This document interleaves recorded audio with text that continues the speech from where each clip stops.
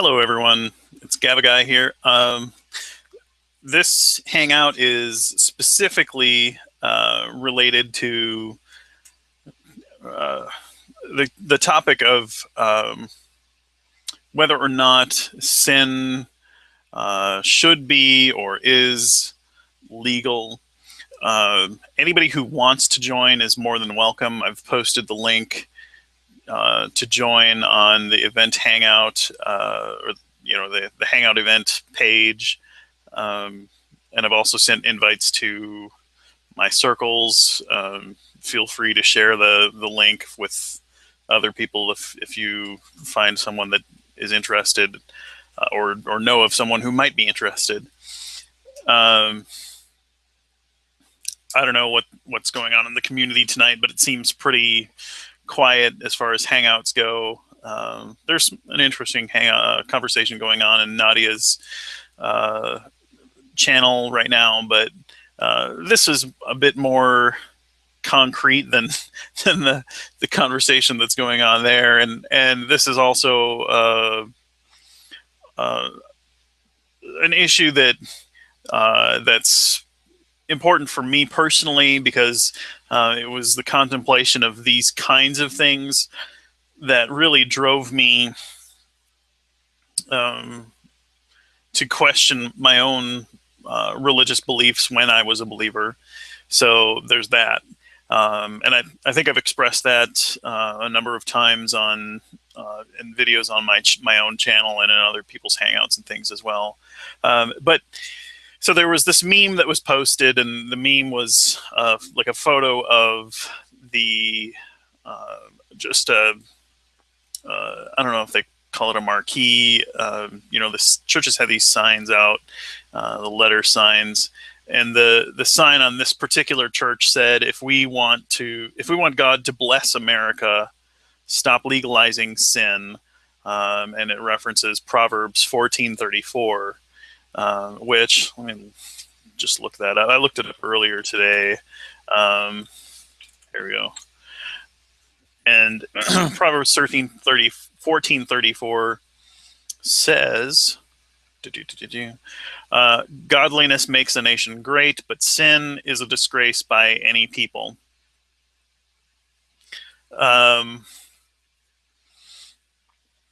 So there's that.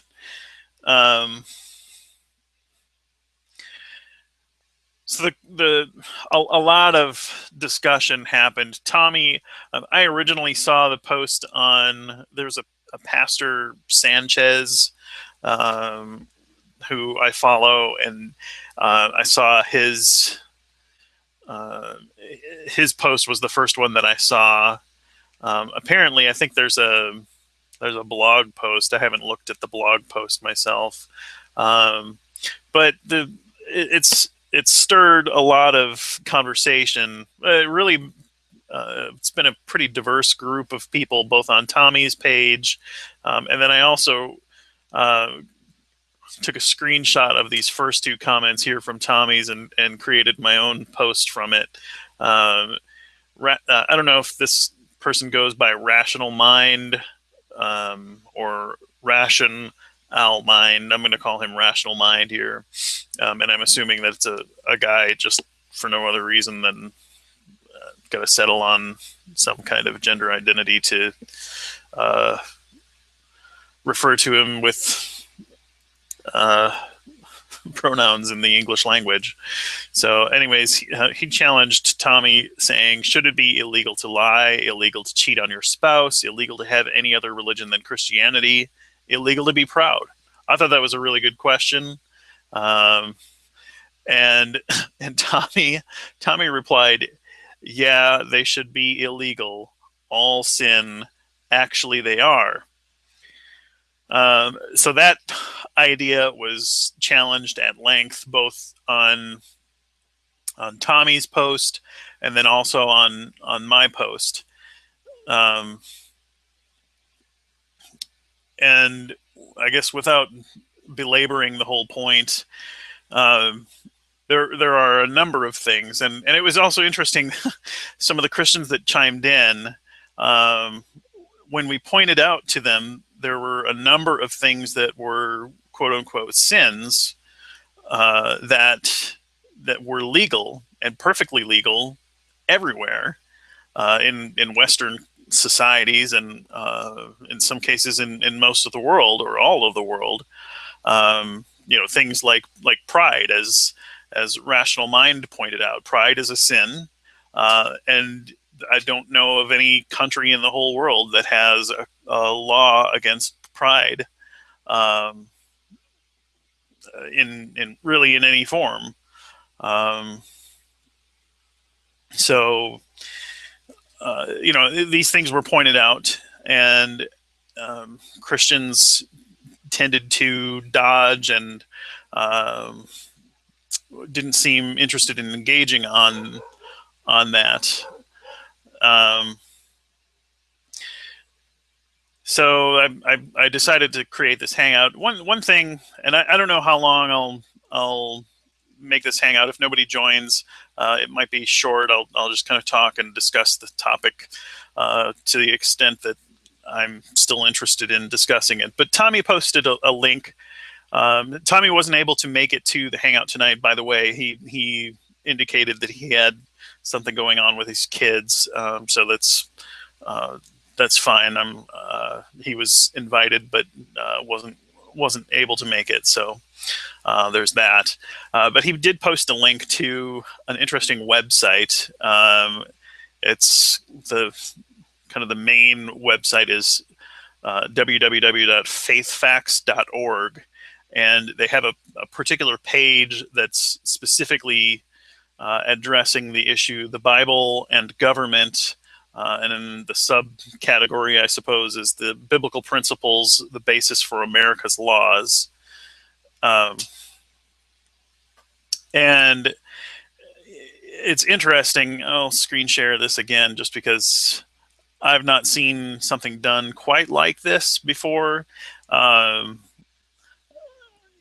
So there are a whole list of principles, and then scriptural references, and then it also references legal documents that contain that principle, and then references as to how it was derived. Now, I haven't gone through and looked at all of. There's a lot of content here, but I thought it was interesting, even just in the little bit that I looked at. So the principle of sovereign authority of God, not sovereignty of the state or sovereignty of man, and it talks about the Mayflower Compact, the Declaration of Independence. I don't believe counts as a legal document. It's an explanation as to why the leaders in the United States decided to break off of England and become independent. So there's no judicial power behind it at all. It's a declaration. It's a statement saying this is why we don't like you anymore and we want to be apart, separate. And the Mayflower Compact has even less, judicial significance or legal significance than the Declaration of Independence. I don't know that the Constitution actually says anything about sovereign authority. Let's take a look at the Constitution. If there's anything, it's in the preamble, I guess. Because I know that it's not contained in the rest of it.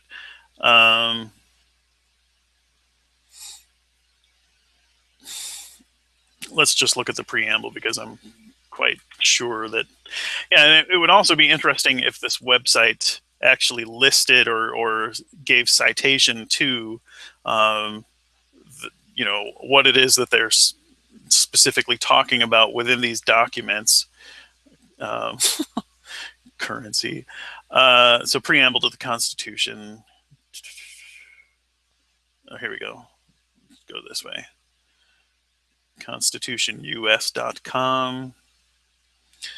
We, the people of the United States, in order to form a more perfect union, establish justice, ensure domestic tranquility, provide for the common defense, promote general welfare, secure blessings of liberty to ourselves, our posterity, ordain the Constitution of the United States of America. All legislative powers herein granted and vested in the Congress of the United States, which consist of the Senate and the House of Representatives. That says nothing about divine sovereignty or sovereign authority of a deity at all, let alone the Christian deity. Blessings of liberty is the closest it comes to any reference to religion whatsoever. And I mean, a blessing can just mean kind of a good thing, a boon. So I think that's dishonest. Currency, I mean, that was put on there in the 1950s. In God We Trust. Oaths, yeah, you don't have to swear on the Bible. You just have to pledge that you will, say what's true. It was included. It's kind of an antiquated thing, swearing an oath. And mention of God in the state constitutions. Well, I looked that up. That was actually interesting to me, just to see if I could verify if it was true. It seems like I found at least one kind of fact-checking website that indicated that it was true. And I mean, it was mostly in the preambles to those state constitutions is what it said. I mean, big deal. That doesn't mean that it's true, that as far as divine authority, or that has any legal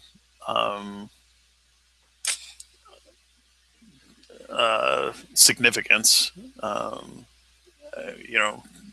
We could say that based on the authority of Mickey Mouse, our laws are intending to, we intend that our laws are going to be just and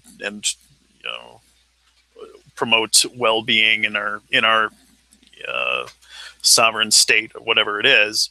That doesn't, bears no, has no bearing on whether or not those laws and things are actually, legitimate. So, and then the Pledge of Allegiance. So again, just like the currency, saying "In God We Trust," one nation under God, was added in the 1950s during the Red Scare, and it's not a founding principle for our country. It was a knee-jerk reaction to the spread of communism during the 1950s, and it's stuck there since that time. But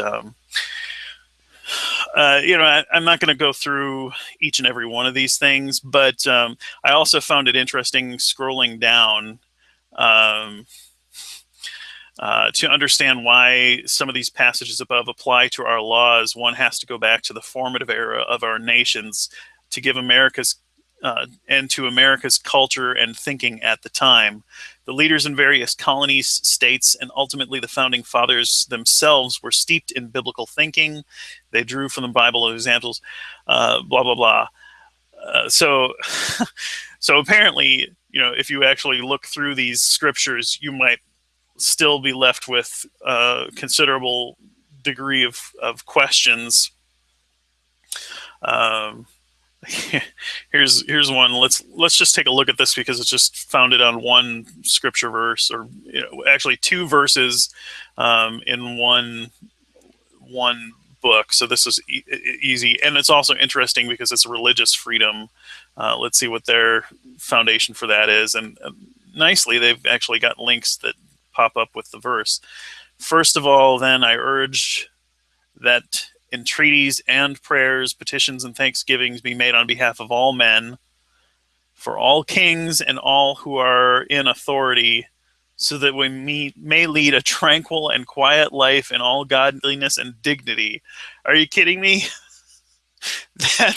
That's how you want to say that the principle of religious freedom has biblical foundation? That is absurd. So, um, anyhow, continuing on here, it says, we had an atheist visit our site and expressed a good deal of displeasure with some of the above citations. We responded that he should relish the freedom of expression that the Christian culture put in place for him.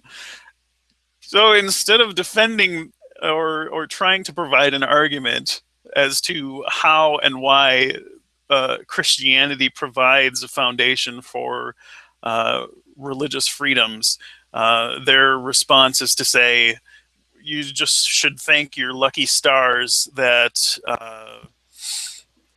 that you've got the religious freedom, or the freedom that we've given you. And who do we have here? Heavy Hauler, welcome. Well, I saw what you was doing. I was just a little bit curious. I probably can't add much to it, but still curiosity got the best of me. Well, you're more than welcome. I'm glad you joined. What are you curious about, sir? Well, I just sort of caught something about they're trying to legislate or outlaw sin. Yeah, well, legislate morality. So the whole conversation, was derived from this meme that was posted by a few different people I saw today, but it's from a church. I guess kiosk is not the right word, marquee maybe, but anyways, the sign says, "If we want God to bless America, stop legalizing sin," and it gives that reference to Proverbs 14:34. And so this conversation has followed, in the comments section there, as to how far Christians think that actually should go. Should all sin be outlawed? And if not, and we haven't gotten any single Christian to say, okay, well, not all sin should be outlawed yet, which is interesting, because apparently a lot of them think that all sin should be outlawed. Well, I'm pretty sure that's a dig at the allowing same-sex marriage. Yeah, I think it's a reaction to that. But does that reaction actually make any sense at all? Because our whole Constitution, the Bill of Rights, goes against large chunks and significant portions of the Bible. The freedom of religion goes against thou shalt have no other God before me. Freedom of speech goes against, do not, disrespect your parents, or honor your father and mother, and do not, blaspheme or take the name of God in vain. Do not covet is not illegal. You can covet. We have the legal right to covet things.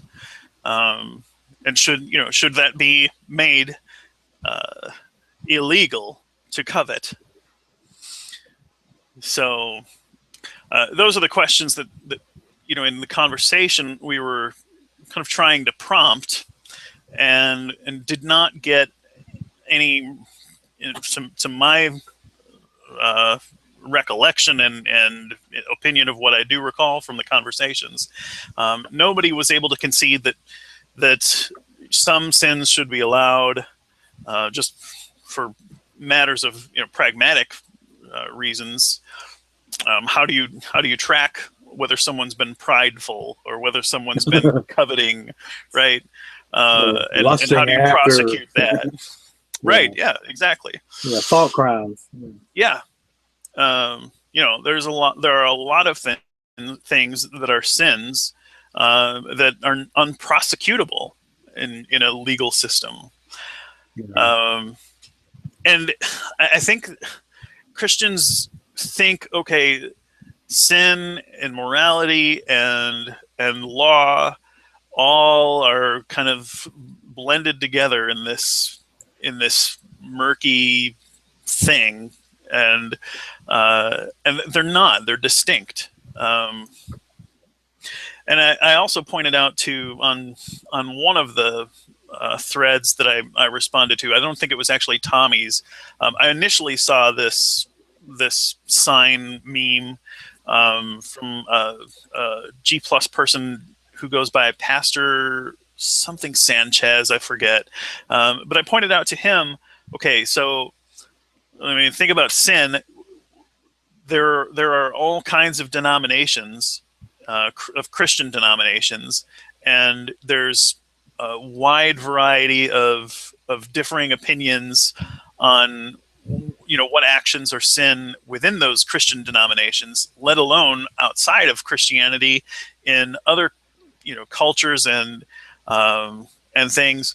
Who gets to say what qualifies as sin, and who gets to write the legal ramifications for those sins? So like what should be the legal penalty for worshiping idols, and should Catholics be prosecuted for because they have statues and icons, and some people pray to saints or to Mary. Oh yeah. Well, see, when you think of sin, I mean, to me anyway, sin is when you're going against the commandments of some deity, and it may not, like you're saying, some of these things. How would you prosecute a thought crime, or something like that? But it's mostly it's going against what a deity says, but in reality, people can do these things and no one will know it. These thought crimes or whatever. But Right. There's the killing and the lying and the thieving. Okay. And so you can say, well, that's a sin, but that's also a civil issue too, because you're infringing on the rights of other people when you steal their stuff or hurt them or kill them or maybe lies you tell could cause problems, things like that. These are things that people can do that affect other people. But a lot of these sins, which are mentioned, don't affect anybody else, really. Right. So there's a big difference. It's like, well, you're sinning against God. You're doing something against Him. But if you do not accept any deities existing, these sins have no meaning at all, really. Right. Yeah. Well, and that's I to that Pastor Sanchez guy. I kind of tried to explain. I should look up my response on that, because I think I articulated it pretty well. But the general idea, anyhow, was just that we have. We've kind of come to the conclusion. Here it is. I said that there are certain types of sins that virtually everyone is opposed to, and I kind of use scare quotes around sins there. For example, murder, stealing, and slavery are illegal in every country around the world, although you could make arguments that slavery isn't even sin, depending on how you read the scripture. Yeah. I said, however, different religions and even different sects within the same religion can disagree in significant ways. Blah, blah, blah. I kind of already went through that here. I said, in Western cultures, our usual method of deciding which actions should be outlawed is based on the tangible negative effects on another person's well-being, property, or liberty. The implication of the church sign in the meme is that we should do away with several of our key amendments in the Bill of Rights. It is a sin to believe in another God according to the Christian religion, so freedom of religion would have to go. It's a sin to blaspheme your God, to criticize authorities in the government or the church, so freedom of speech would have to go. And working on the Sabbath is a sin. Coveting is a sin, dishonoring your parents. All of these things have been legal since the inception of our country. And I asked him what sins should be legal and which sins should be illegal. And Pastor Sanchez has not yet responded. Yeah. And what would be the appropriate punishment? Right. Stoning? I mean, you go back to the Old Testament, there's all of these things that you're not supposed to do, and you mentioned several of them. And the penalty is stoning. Right. Yeah, Your yeah, kids don't listen to you. Stone them. Someone's working on the Sabbath on a Saturday. Stone them. All kind of stuff like that. It's like, what do you want? Sharia law here or something, and but call it Christianity? right. Yeah, well, and it's interesting because so many of these Christians, in one context will say, "Oh, the Constitution, the Constitution. We love the Constitution. The Constitution is from God or Christian based or something like that." But then, when you get into a conversation like this, they'll back off and say, "Well, no, you shouldn't have the right to do X, Y, and Z because the Bible." Well, that goes in direct conflict with the Constitution, because the Constitution Right. says you can do these things, and now you're saying no. So you can't have your cake and eat it here. In this situation, you got to decide, what do you want to base the laws on? Theocracy.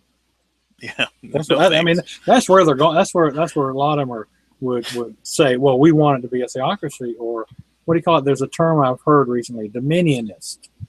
Oh yeah, You know what that is, right? yeah, yeah. Okay, because I'm still kind of not too sure about the word, but I've heard of it, and it's like very, very radical thoughts on government and how it should be run or something, I think. The Dominion theology, this is the Wikipedia explanation, is the idea that Christians should work toward either a nation governed by Christians or one governed by a conservative Christian understanding of biblical law. At least under this name, it exists primarily under non-mainstream Protestants in the United States. But if religion ruled over law like that, I love that term. Religion ruling over law. It's like, nope.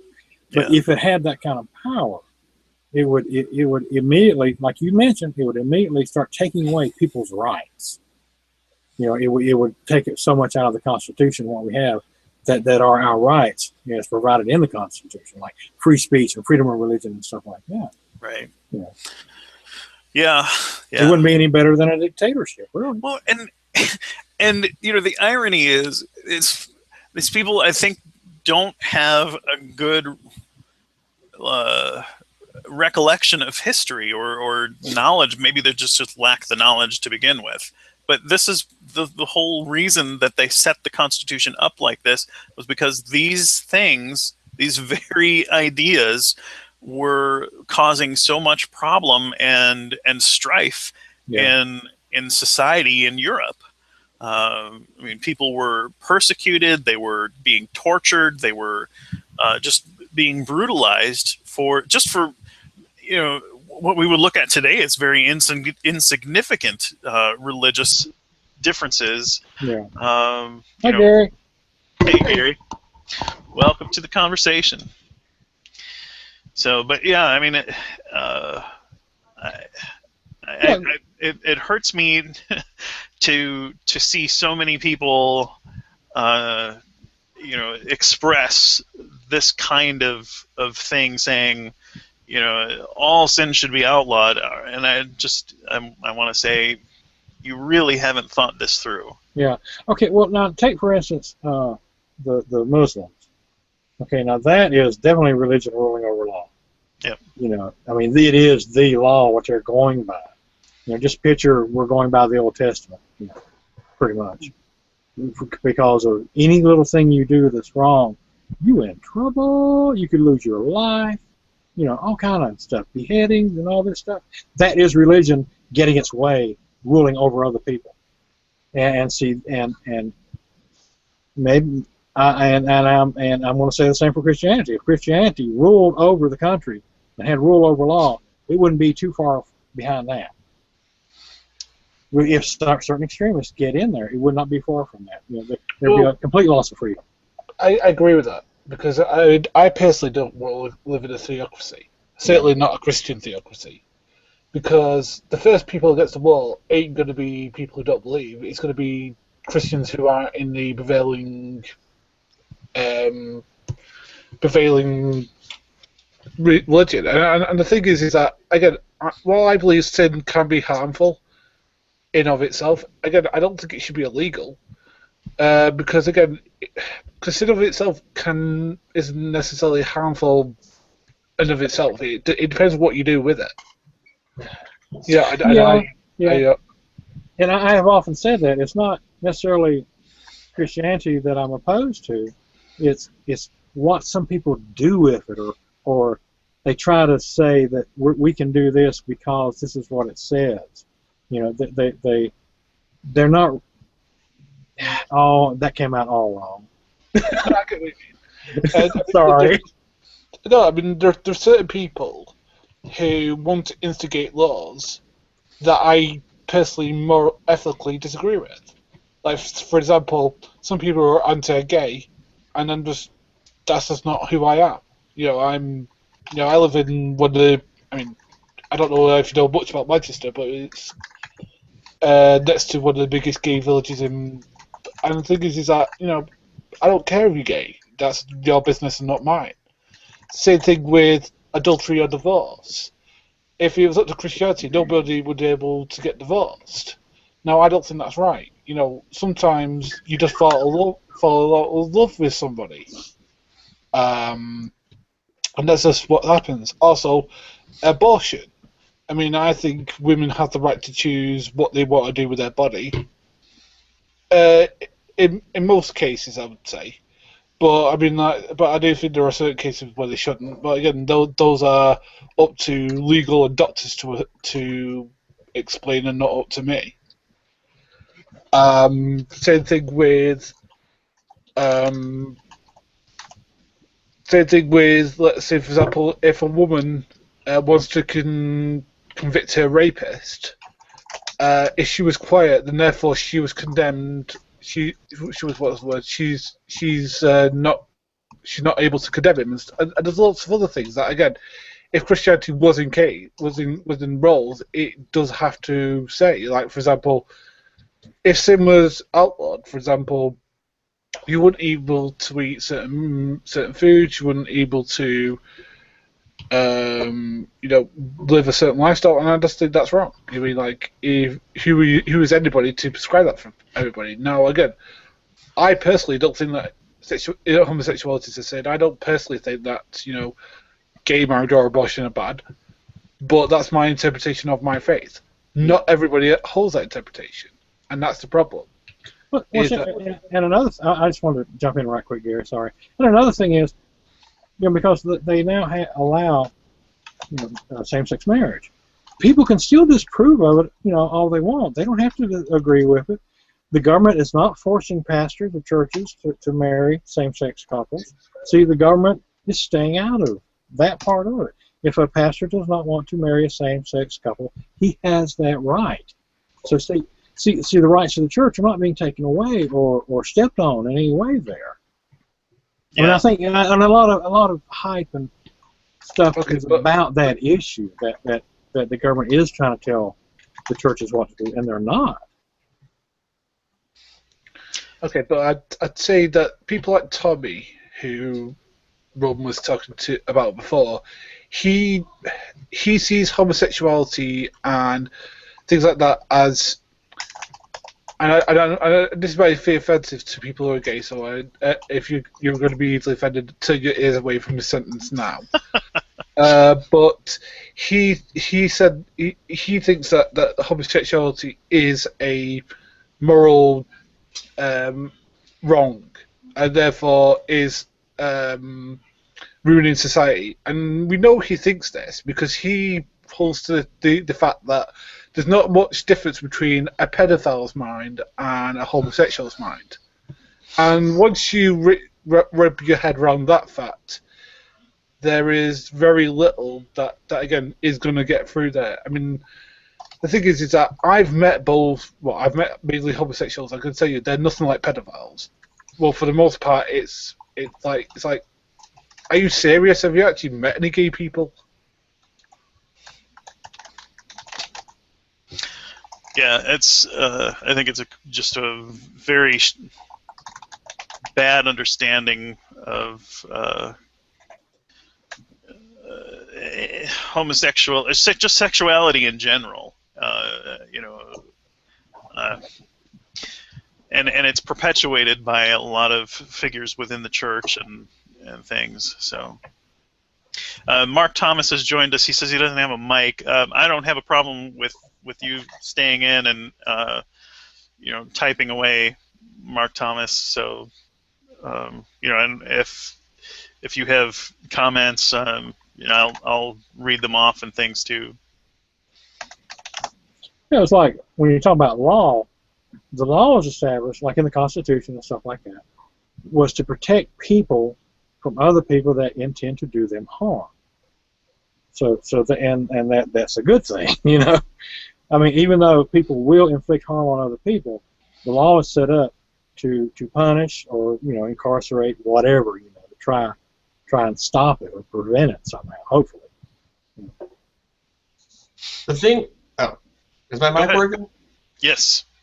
Oh, good. So, the thing that I've learned about human sexuality, and I think the one thing I've learned is, if you think you know human sexuality, you probably don't, because there are many, many, many, many, many facets to it. It's not just you're straight, you're gay, you're bi. You know what I mean? Like, it's not that easy.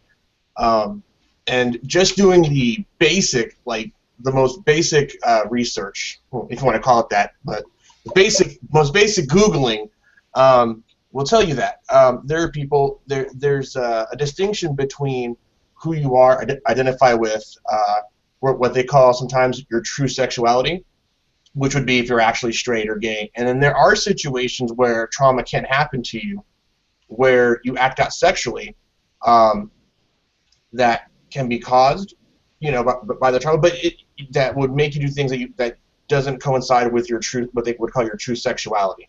That's why it's very confusing and it's very complex, and that's why it really irritates me when someone starts defining people by their sexuality or their gender identity, because off the bat you can almost tell that they probably don't know a whole lot about it. Oh, definitely, yeah. There's a big misunderstanding. A lot of them go, it's either all straight or all gay, and they will not accept there's anything in between at all. But that's kind of getting off on the gay thing, but mostly we're talking about law in general and things like that. Oh, my bad, Heavy. Well, no, that's fine. Whatever, man. I just didn't want it to get. I mean, just because I'm in here, I didn't want it to be all about me. Right. Well, okay, no, okay, but I do think that sin, there are certain sins that should be illegal. Like, for example, I think that murder and thieving, which are illegal, should remain that same way. But I do think they're trying to think what else.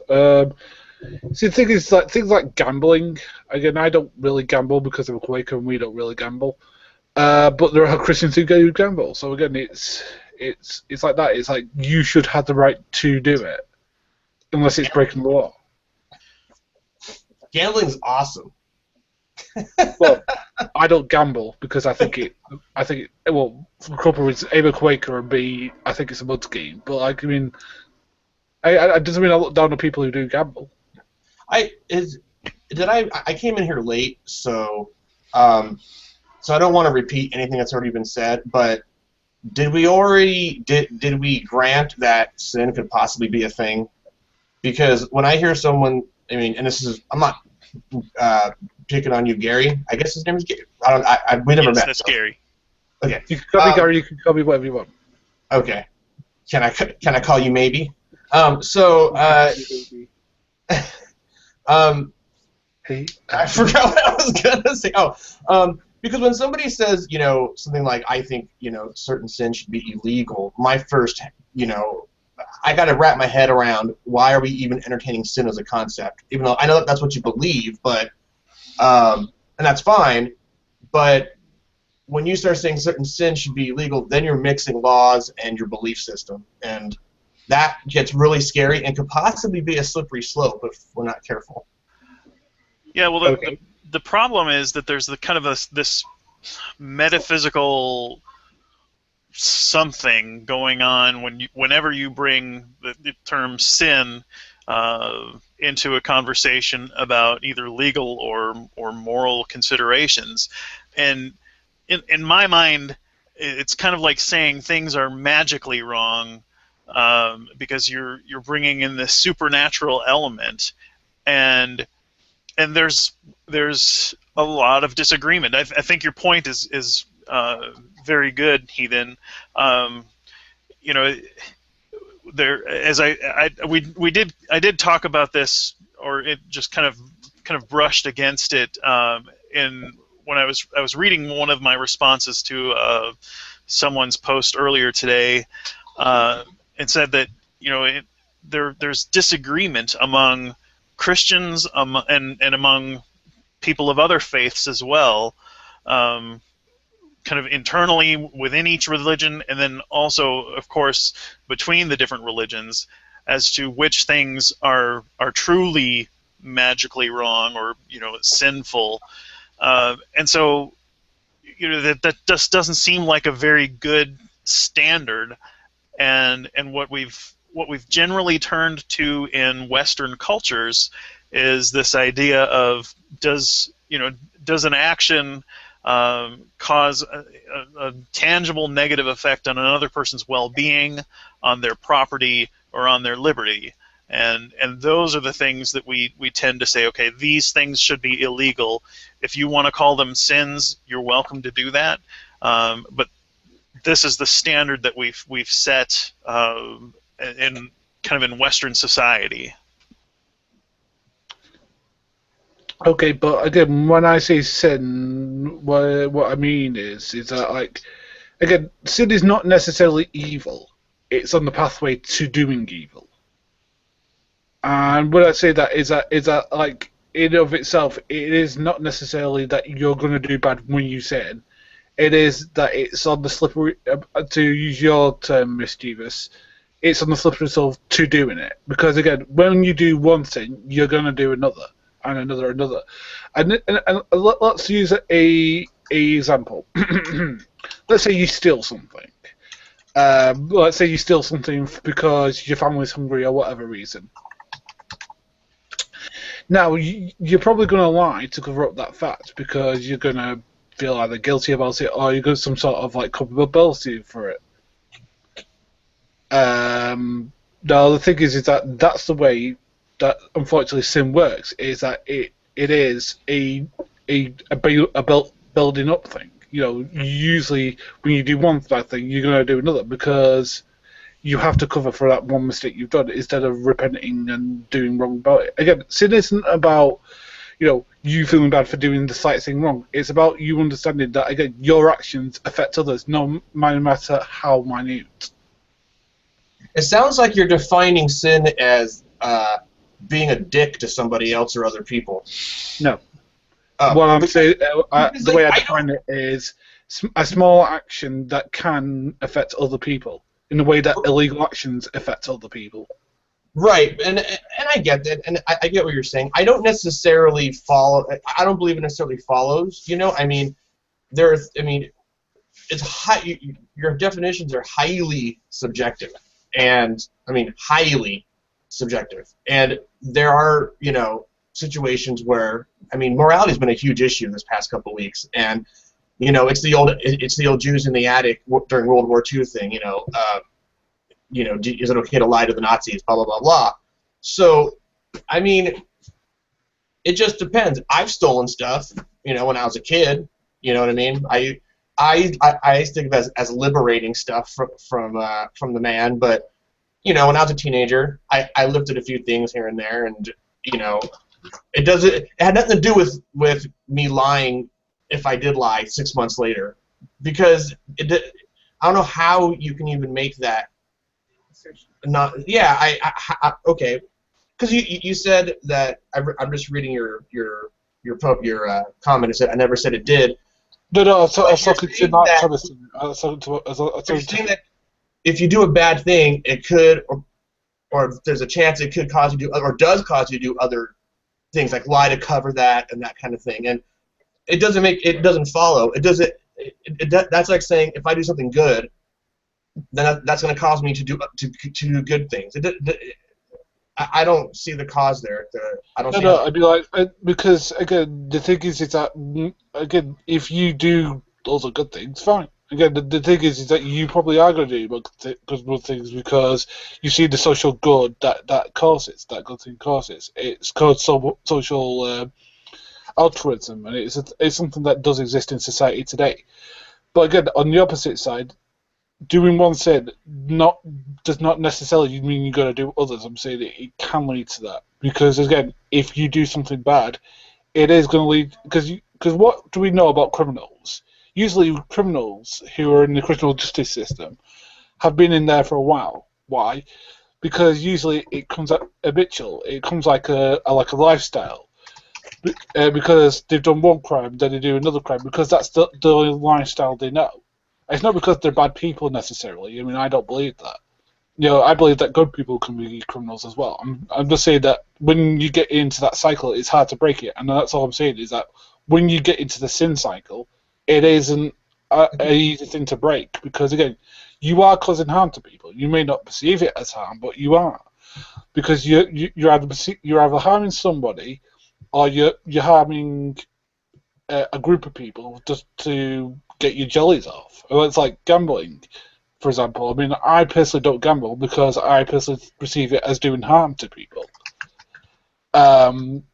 Mainly people who get addicted and stuff like that, and and the families it destroys and stuff like that, and people who have chase up gambling debts and it ends up getting families into in the old days.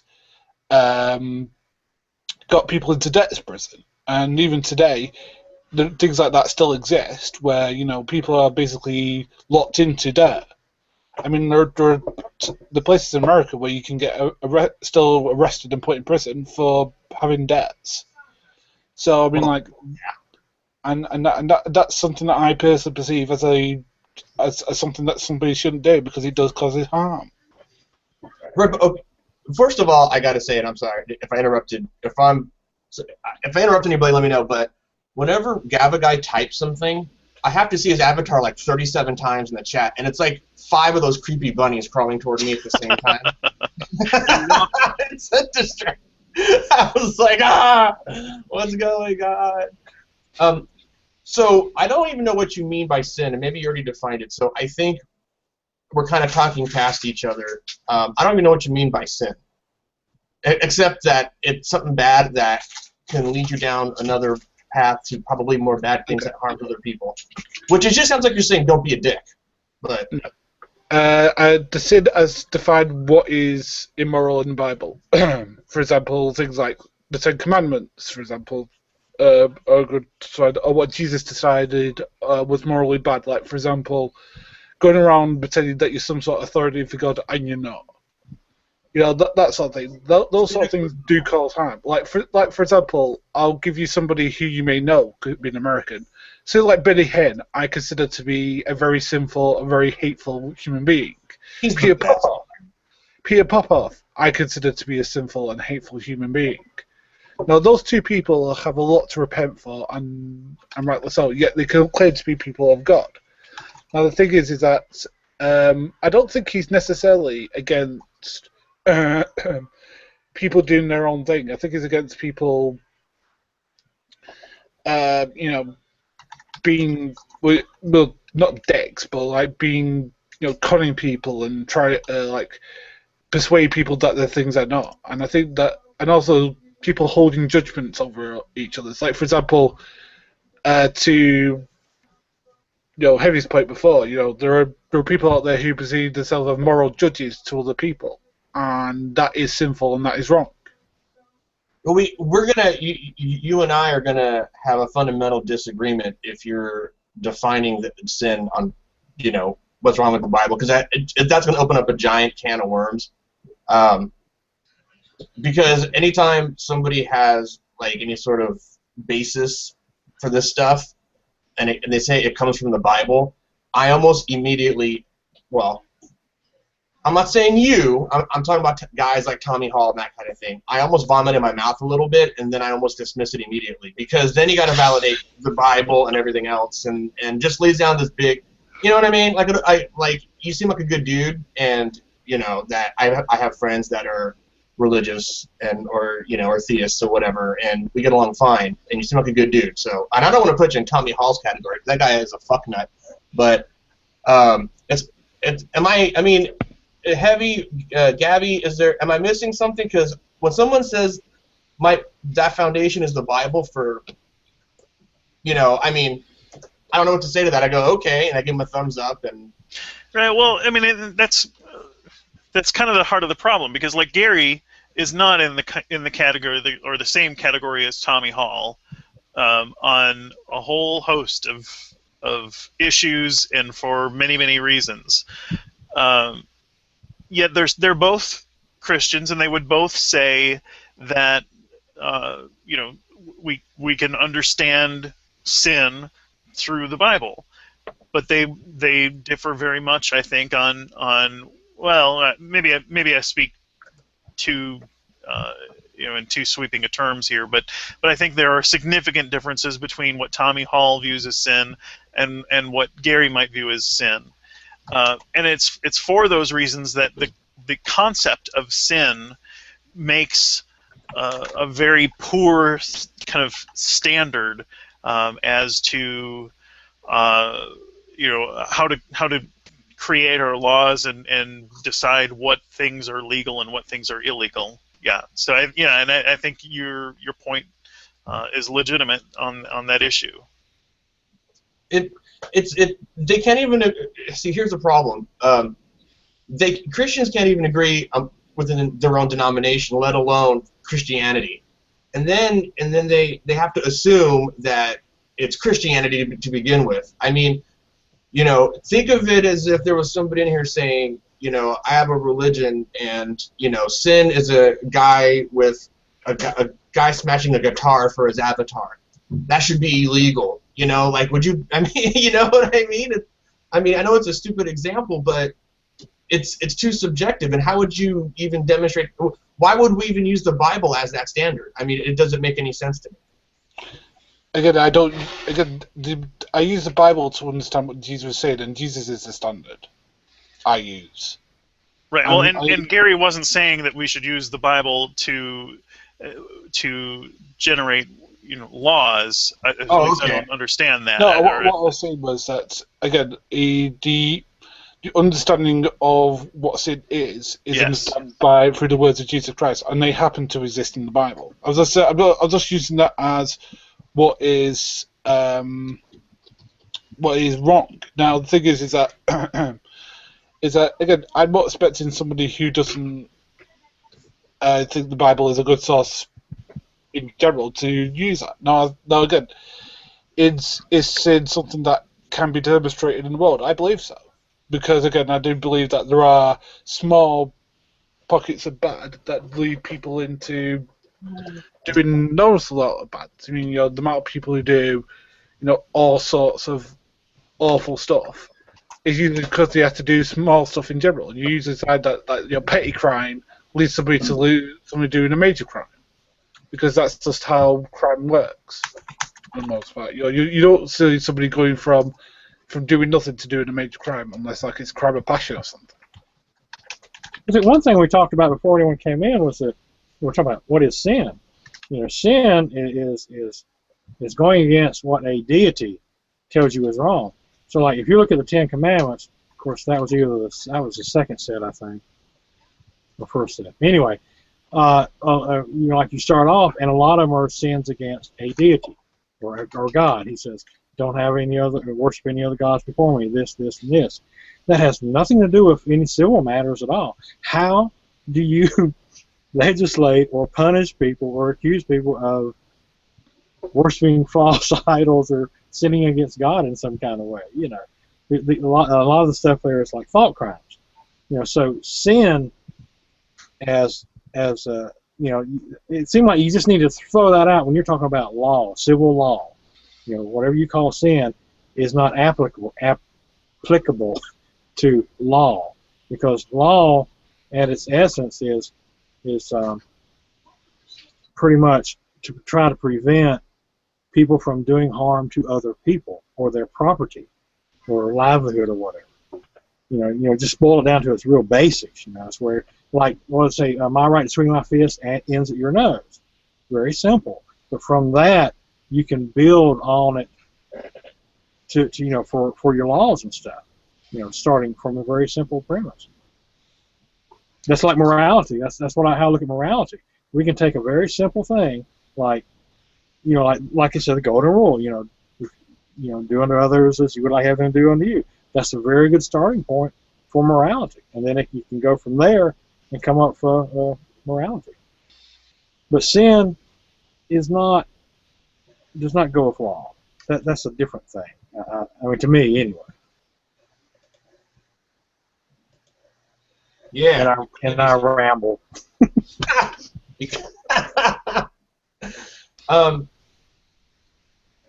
There's a lot. I mean, gosh, I like what you said about thought crimes because, didn't Jesus say the bit about if you look upon a woman, blah blah blah blah blah, you have lust in your heart, and this, Yep. right? Yep.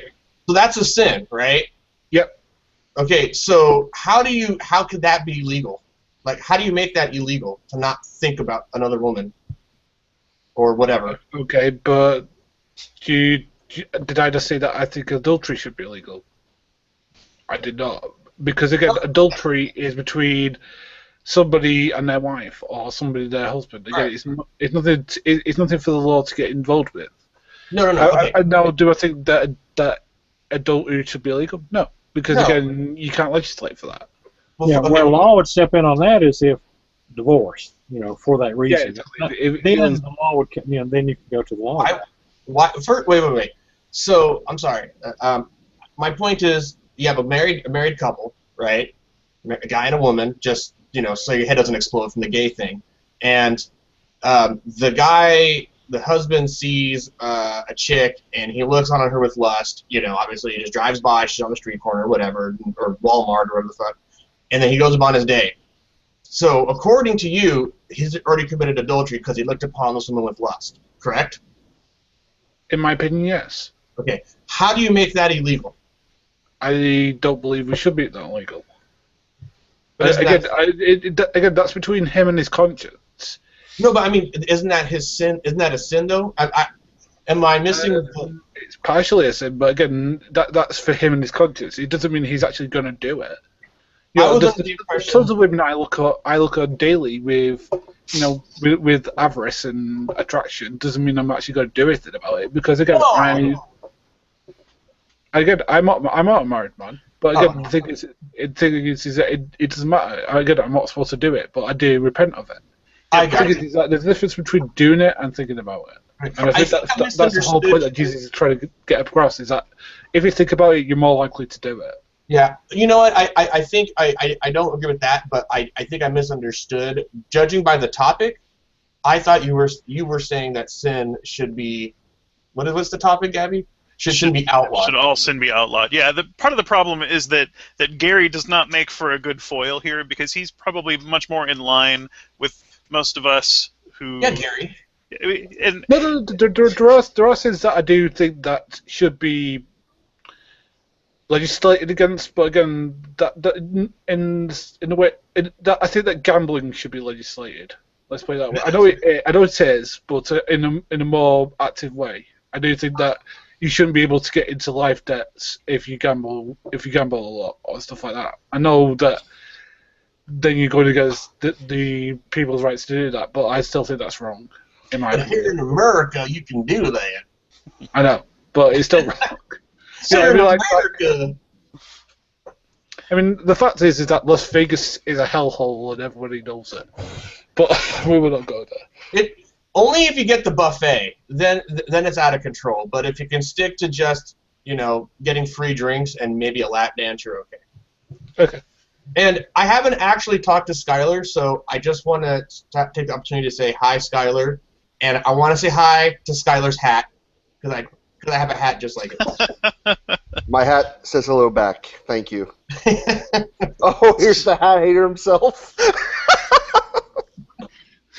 That is some perfect timing right there. That's hilarious. Welcome, NeoCloud. Sorry, I don't want to. We're not going to go off on a tangent. I don't want to ruin your night. This is an interesting conversation. I just kind of caught on. It was an interesting topic. I saw it. Tommy had kind of messaged us earlier about this. Yeah. Well, and then there have been some. So it's part of the problem, and maybe NeoCloud can kind of fill this gap, is that we haven't had a whole lot of interest from the people that actually put forward this idea. I've sent out invitations directly to everybody in all of the threads who was saying yes, all sin should be outlawed, and none of them has been able to respond. Again, Tommy indicated much earlier today that he wouldn't be able to make it tonight because he's got other things going on with his kids and things, so he's excused.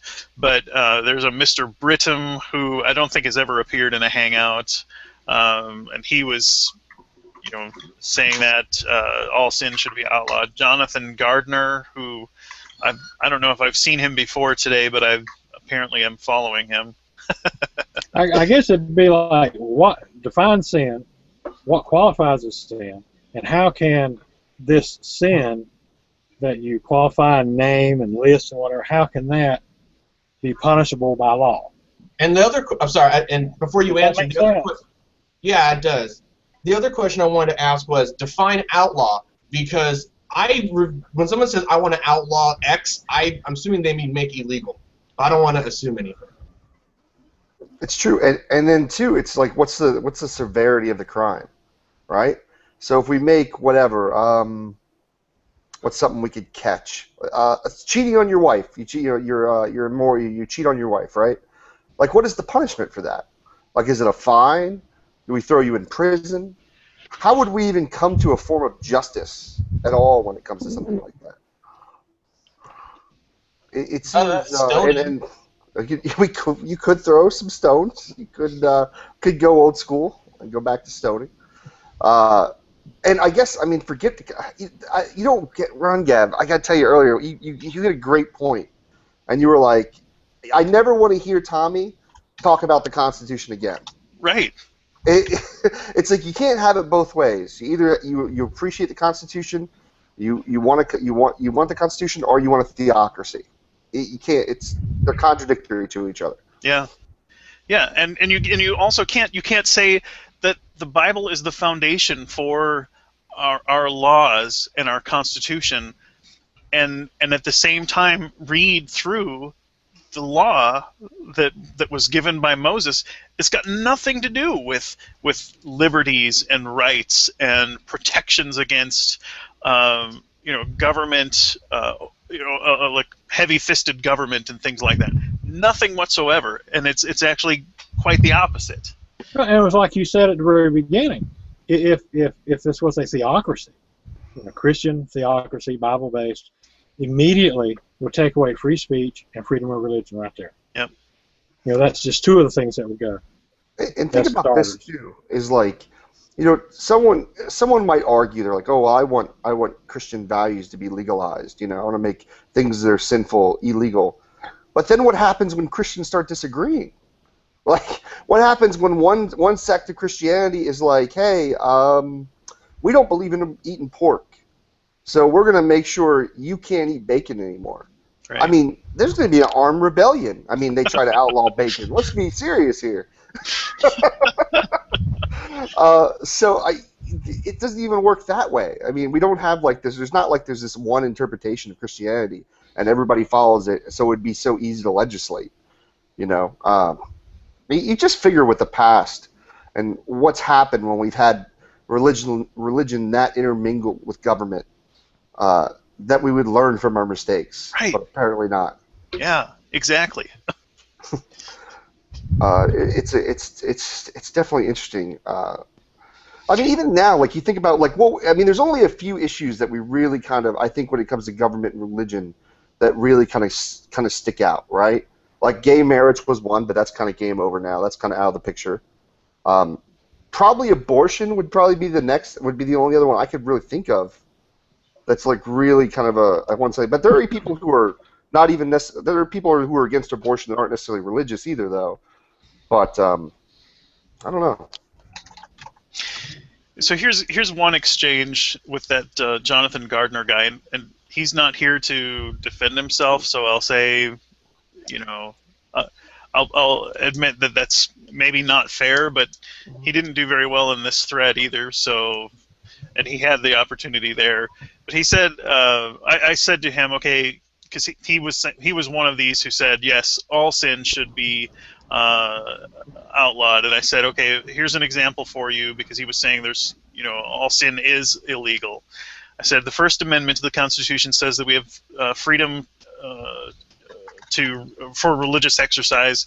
I said the first few commandments in the Ten Commandments say it's a sin to worship other gods and create graven images. I said, would you have the First Amendment repealed so that people would be prosecuted in a court for not worshiping Yahweh or for worshiping other deities?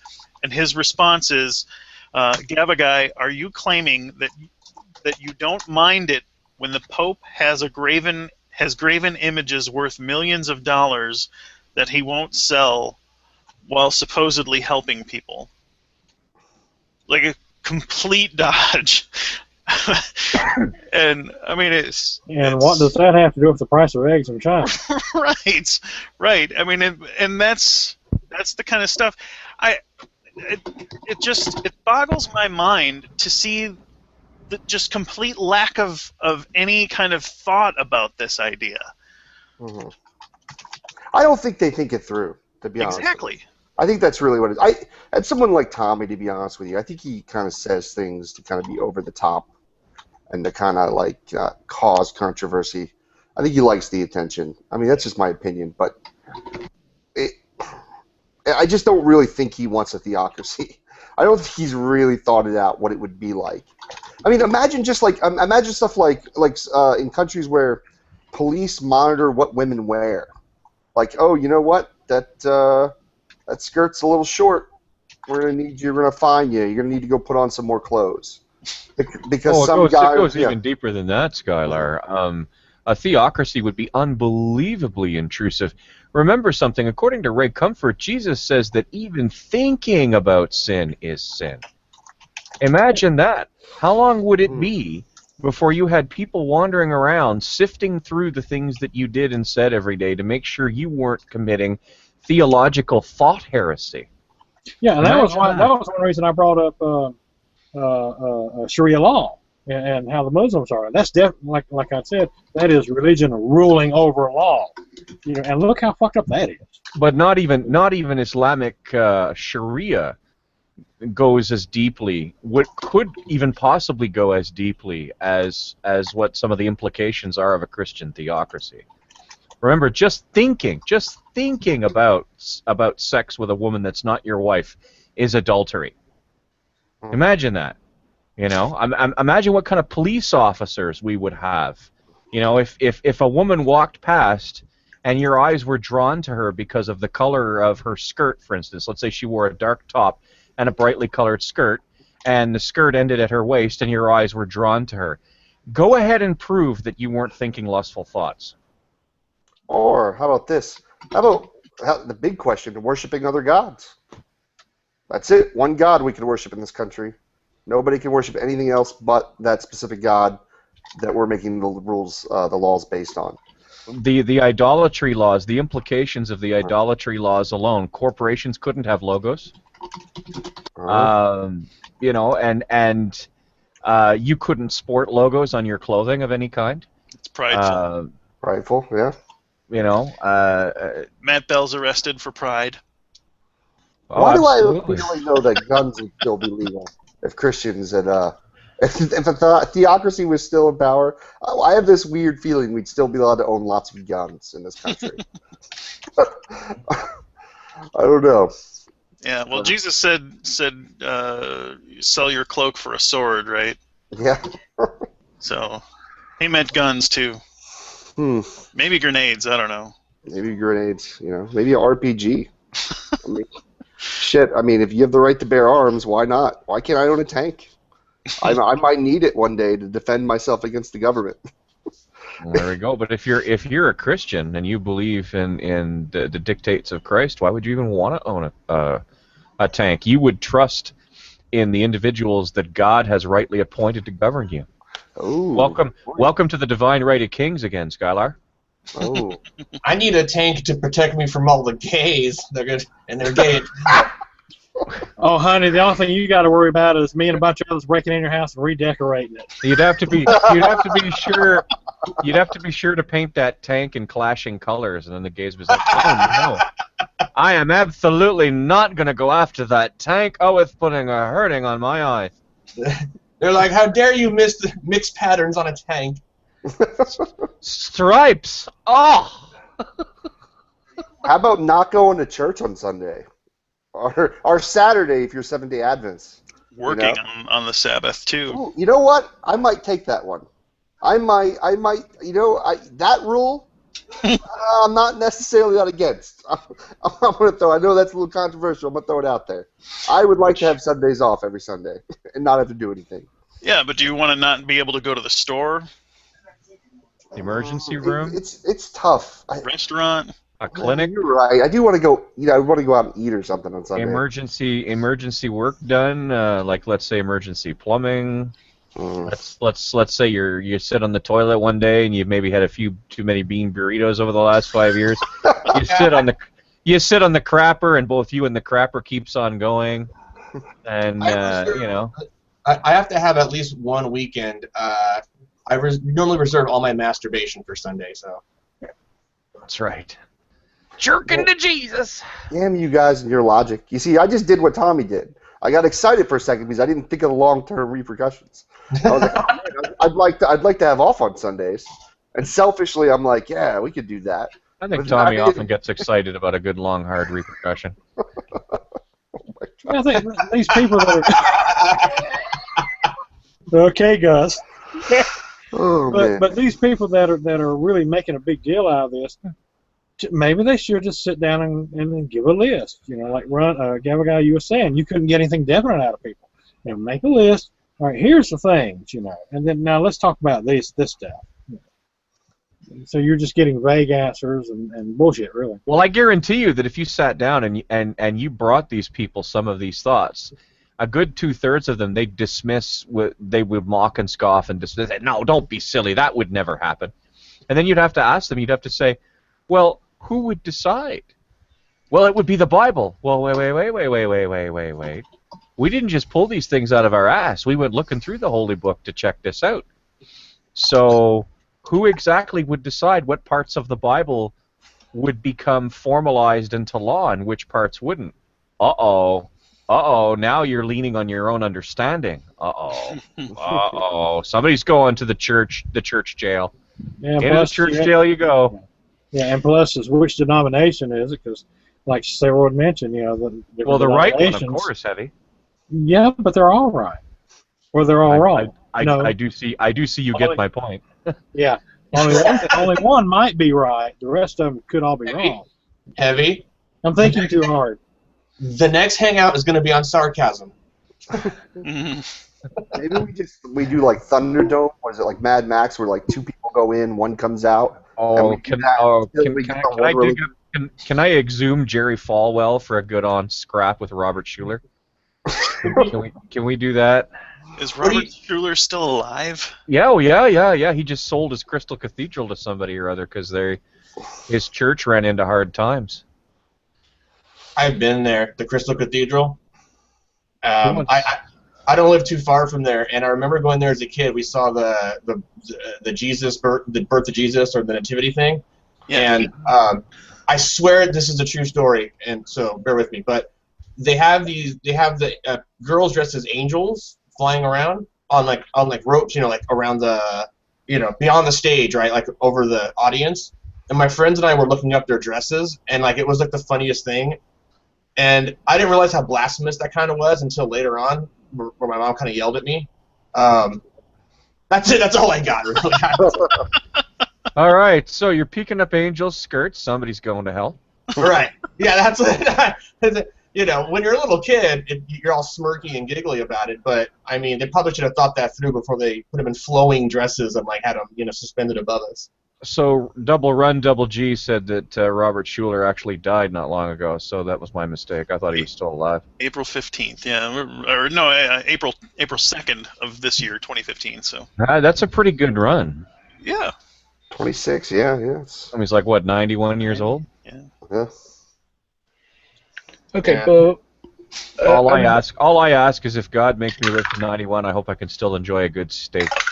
But I hope I can still remember a good. I think most reasonable Christians would say that again they would not agree with any Christian sects being put into law because again it wouldn't be good. I mean, like for example, the thing is that I'm going to speak for myself. I personally wouldn't want people telling me how I should worship and where I should worship and telling other people what they can do with their lives. Again, the thing is that I admire secularism, and I mean true secularism, not what secularism becomes on the internet. Well, that's a defeating proposition because no matter how Christian you are, you'll never be Christian enough for the Christians, the true Christians, the real Christians, the Christian Christians, right, Heavy Holler? I'm sorry. Oh, yes, absolutely. Sorry. I was reading on the side there. Yeah. But, Right. okay, I will go back to the same-sex marriage thing, though. What harm does that do to anybody? Really? What real harm does that do to anybody? But meanwhile, I'm listening to Pastor Steve Anderson. Except for if a husband goes, I could have married Steve instead of Eve. That's the only. That's on him. But I'm listening to Pastor Steve Anderson talk about how gays are murderous and filthy and I'm like and the Bible says this. This is in the Bible, and I'm thinking to myself, I'm like, how do you have a progressive society when a whole sliver of the population is treated like absolute garbage? I just don't get it. well, a lot of these people don't value a quote-unquote progressive society. In fact, a lot of them are very wary or even fearful of the idea of a progressive society. And they will be right up until they need their social insurance checks. Yeah. And look at how atheists are treated. Atheists, if I understand correctly, there's a lot of places where atheists cannot hold public office. That's actually not true. There are a lot of laws on the books in certain states, but there's a Supreme Court case that overturned all of those laws. Oh, okay. And so even though they still exist on the books, they're irrelevant because of the Supreme Court decision, and I forget which one it was, but I think it was in the 1960s that it was challenged. So if you're an atheist, do run for office. I stand corrected. And every legislative area has a number of what I like to call pigs walking down the street on Sunday laws that are honored more in the breach than the observance. Well, I think. Sorry. Go ahead. Yeah, no, go ahead, Heavy. Go on. I was going to bring up this kid down in Alabama, Arkansas or Alabama, Indiana. Anyway, 7-year-old kid says, "Oh, I don't believe in God" on the playground. That opened a whole shitstorm. He's shunned at school and stuff. He's upset. He goes home crying. There's more to it than that. But this is a child. He's 7 years old, and his teacher is on his ass. He goes, "Oh, you don't believe in God? Oh no." That is so wrong. Yeah. That's just tip of the iceberg. I think sometimes of how atheists are looked at and treated. Can I just tell the opposite story to that happened in Britain recently? Where a Christian kid in school was made fun of by its atheist teacher. Now, both of those are wrong in my opinion. Yes, they are. They are. But what I'm saying is that there's times when stuff that's people that are supposedly so religious, they put down and belittle other people that don't think like they do or are not like them. Instead of supposedly reaching out in love, and a lot of Christians do this. They do help other people. They do reach out. But then you have certain groups that make the rest of the Christians look bad because of the shit they do. Pardon my language. No, don't pardon it. Because of things they do, you hear more about the bad than you do the good. A lot of times. Yeah. And I'm babbling again. I'd like to see a careful side-by-side comparison of those two situations, because what tends to happen, and I've seen teachers take on theists, and what tends to happen is that they tell them that their ideas are stupid, and then they stop.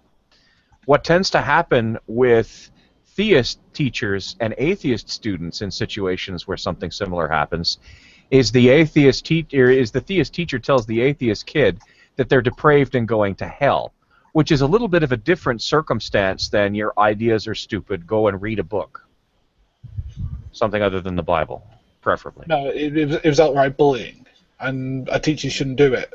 Again, they get paid to teach kids, not to promote whatever philosophy. And I disagree if a theist student guy started to say you should believe in the Bible, I'd say that's as wrong as if like a Muslim guy did it or a Hindu guy. Again, they're there to teach, and they're not to push whatever idea, right or wrong, on kids. Sorry, the kid has a right to think whatever it wants to think, even if it's wrong. Even if like for example, for example, if I want to believe in God, I have the right to. If you don't want to believe in God, you have the right to. If someone wants to say that I'm stupid for doing it, then they have the right to. I can think that guy's a dick for saying that. And that's the way that free speech works, unfortunately. Yes, it is. It is how free speech works. Absolutely. But you don't get to do that in the classroom. No, yeah, and I think... Except that a classroom is a place where ideas are brought out, and ideas are discussed, and ideas are judged. But okay. I think a teacher has the responsibility to hold some restraint, one for the student, especially if the student is a minority among people that so for example, I live in the American South, and it's predominantly Christian here. But we do have a smattering of people of other religions. You might find a Muslim. I know in one of the public schools in the area there are a couple of students who are Sikh, whose parents are Sikhs, and I think a lot of people probably mistake them for Muslims too. But for a teacher to call out, whether atheist or Christian or whatever, that those students who are of different religions, and give them any kind of trouble at all about the religion, that it's not even their fault that they are kind of they're thrust into that because of their family and their culture. It's not the place to do it, especially in the lower grades, but even in high school and things. Even in college, I don't think that it's appropriate for a teacher to just say, this idea is wrong. I think in college that's the time to say, here are the different arguments. You make up your own mind. So in a biology class, for instance, God created all the kinds, and let's not use taxonomy. Let's use kinds instead. No, because there are rules that govern science in a way that is not true in like a philosophy class or a religious studies class, or even a literature class and things. You present an idea, and you present the arguments on that are proposed, and you show where there are disagreements and things, and present the arguments. Within a science classroom, there's a set of rules, just like in a music classroom and things. There are certain parameters that qualify it as legitimate material within that subject area. Oh, absolutely, which is why I would be very interested in knowing. I'd like to see in most of these recorded cases on either side, really, exactly and precisely what the circumstances are. Because I agree with you, there are instances where a teacher has no business telling a kid what to and what not to believe, but there are times when a teacher has no choice but to tell a kid what to and what not to believe. Okay. For instance, any technical classes, for instance, If a kid walks into an auto mechanics class with a notion that says an engine works X, Y, and Z, and it's patently incorrect, then the teacher has an obligation to tell the kid, because he could hurt himself otherwise. Whereas, as you say, in a philosophy class where, ideas tend to be a question of personal preference at times, or something like that, or literature or poetry or what have you, yes, I'd be inclined to agree with you. Okay, but again, this isn't like, for example, them going into a biology class and holding to younger creationism, for example. This isn't that. This isn't like, talking about actual scientific facts. Okay, if it was, then I wouldn't have a problem with it, because then you're not dealing with a personal opinion. You deal with what is factually known and to be true. Okay. The fact is that this wasn't that. This was from what I remember of it, it was an English literature class. Okay, and they were talking about literature, a different part of literature, and this is what the guy did. Now, again, I'm saying that's wrong, because, again, from what the kids' parents said, they said that evolution happens. Well, this is Christian. This is British Christianity for you that I'm trying to give you an overview for.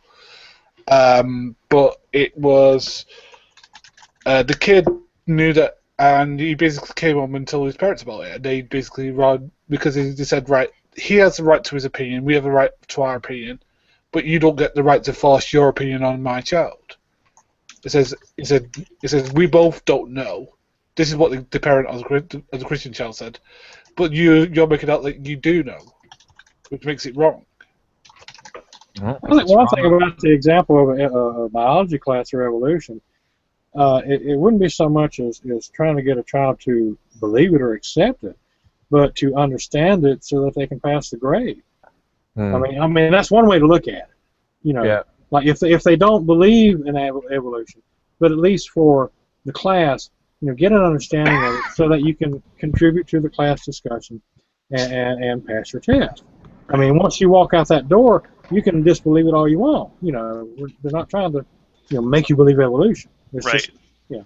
You're learning the content that has been established for this subject, and my wife teaches a middle school science class, and she's had students in her classroom who were inculcated with creationist kind of ideology or whatever, and one student in particular, every time that they read anything in their textbook, or she's used millions of years in her lesson, the student would would call out thousands.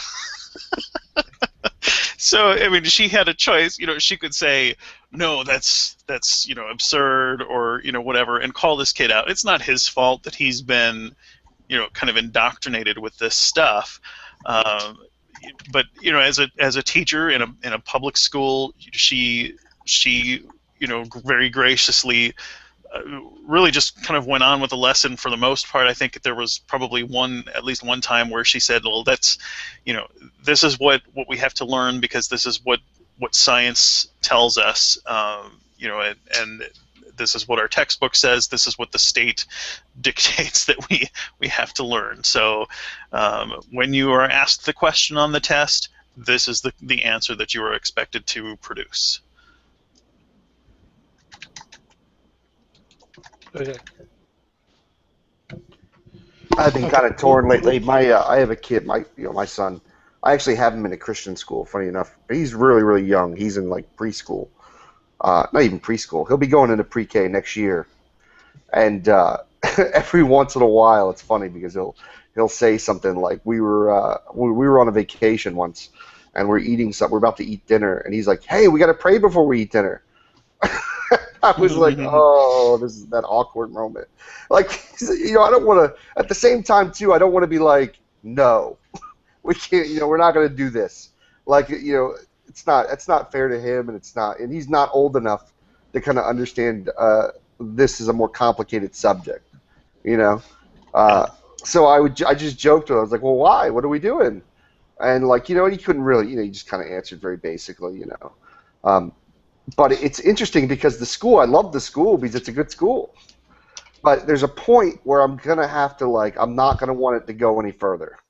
Like I'm gonna need to pull them out because I don't want to. If it was, and it's definitely a liberal Christian school by any means. It's not like a very, it's not like a Catholic school or something. It's very, very strict. It's like a Methodist, I think is what. Yeah, it's a Methodist school. It's not exactly Liberty University. Yeah, exactly. Yeah. Bob Jones. But public schools kind of suck sometimes, especially where I live. The school system's not that great, so it's like there's not a lot of secular private schools down here, at least the ones I can afford by any means. So yeah, maybe they should spend less time arguing about whether or not to teach God this and God that, and teach them how to read, write, and fucking and be able to speak a couple of sentences without going in between the fucking words. Maybe if we want to get back to basics, let's get back to those basics in our schools. Okay. Let parents teach religions and religion at home, and let the friggin' schools teach scholastics. Okay, so do you think that indoctrinating a kid at home is child abuse? Because I've heard some certain non-believers come up with that argument. No, I don't. I'm not against religion. I'm not anti-theist. I'm not against religion. I'm not anti-theist. I'm not anti-theism. If I take a dim view of teaching kids religion because by necessity you end up having to introduce them to the concept of hell very early on, and that terrifies children needlessly, and it gets my hackles up. But by the same token, I understand that you cannot teach your children about religion without teaching them about a lot of things that they might not quite be ready to hear when they're supposed to hear it. But I can't.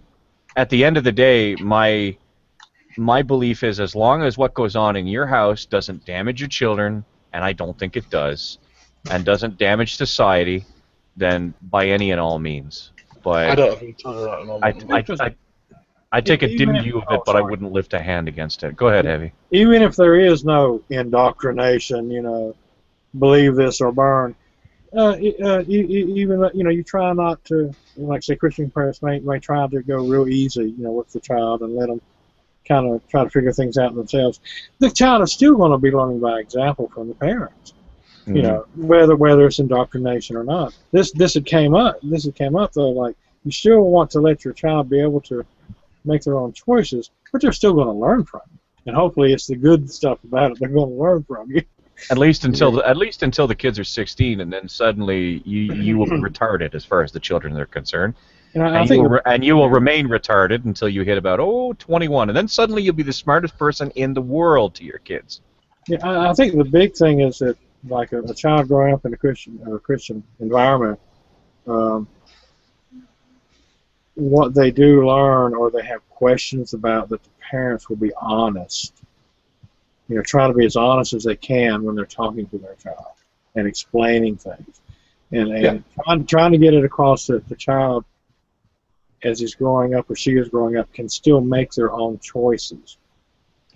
Well, about certain things. Some things you got to say, oh no, you ain't going out with this group there. They'll get you in trouble. There are things you have to put your foot down about.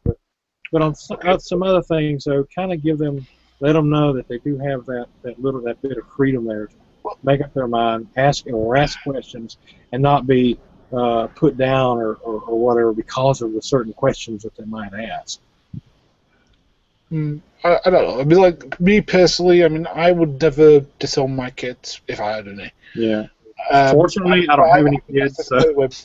I think it's disappointing when parents do that. Like, for whatever reason, whether they come out as gay or come out as atheist or come out as theist or whatever the example is. When parents do that, it's sort of like they're your children. They're the things that you brought into this world that you brought up. All they do is just disagree with you at the moment. Doesn't mean that they can't come back at one time. That's the way that unfortunately life is that sometimes they'll come back, sometimes they won't. It's up and downs.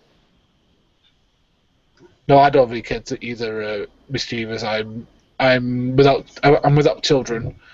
My last relationship was a couple of years ago. I'm 1,000 times an uncle, but not a father. Oh, Yeah. okay.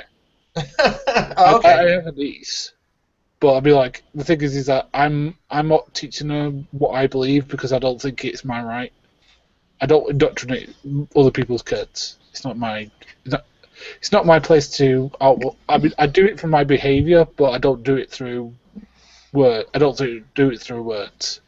But I've seen, for instance, how exposure to the concept of the Christian hell can traumatize children. I've seen Okay, it but in my I own don't family. talk about hell because I don't Well, believe in hell in that way. okay, I mean, it's kind of hard sometimes having these discussions because you have to hunt for that one elusive Christian that does the things that happen, but none of the other Christians will admit they do themselves. You No, I don't believe in a physical hell. Yeah, Well, Gary's very consistent on that. I can attest to his. Well, the concept of hell can be frightening to adults too. Sure, but I mean, adults as an adult, I mean, we can erect our own mental and emotional bulwarks against sort of that gnawing fear, and if Yeah, but necessary, I understand where you're if coming necessary, we can always drink bourbon. I mean, so if it's hey, here's my fire's insurance right here, Jack Daniels. As a kid who grew up in a fundamentalist church, hell wasn't my fear because I knew I wasn't going to have to face it when I was a kid because I believed in Jesus.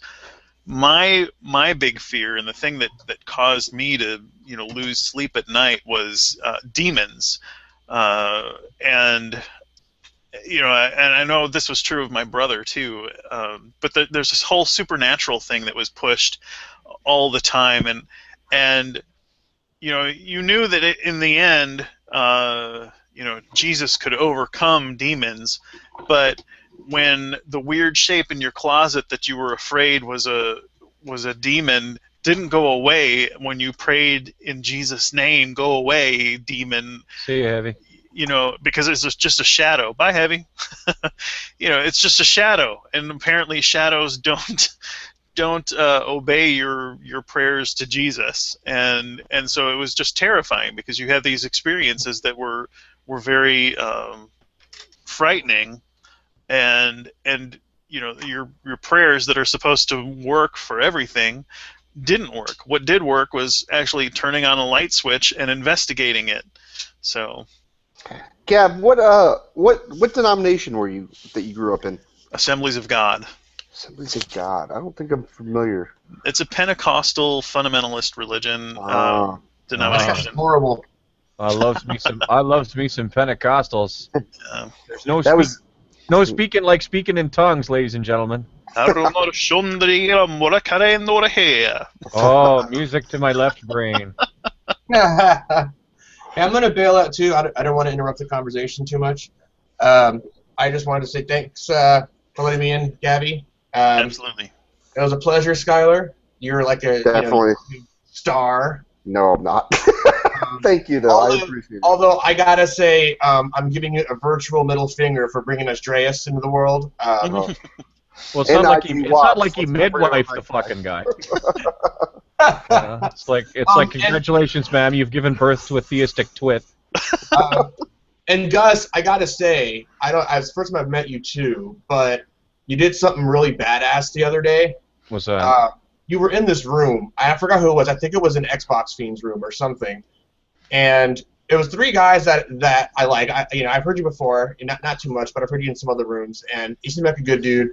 And you were arguing with them, and you were like, "I'm gonna get this fucking point out. Oh, shut up! I'm gonna get this point out." And you were like just battling to get these points out. You have to. It's like living in a family with 20 kids, man. At dinner time, if you don't fight for them mashed potatoes, you're not going to get them mashed potatoes. You were literally just like, "I don't care. I'll talk over you. It doesn't matter." Sometimes when things get crazy, you got no choice, But I mean, I may not seem like it a lot, but I do prefer sort of you talk for a little while, then I talk for a little while. There's only two situations where that breaks down. And one is where we get a situation where everybody's excited, so everybody's interrupting everybody, or you get a situation where one of the other persons in the conversation is just royally full of shit, And then under that circumstance, it gets really hard to hold your tongue at that point. But I appreciate your appreciation of my exuberance.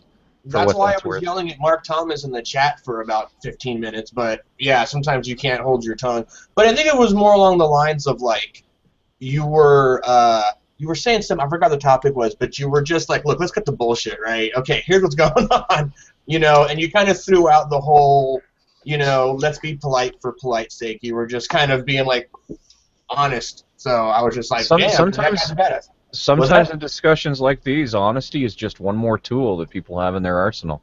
Yeah, sometimes it's when someone comes to me and they're truly polite, like guys like Ozymandias, like truly polite, truly genteel, truly interested in using the Marquis of Queensberry rules, then yeah, it's a little easier for me to sort of go, yeah, okay, well, you know what, I'll give you what you give me.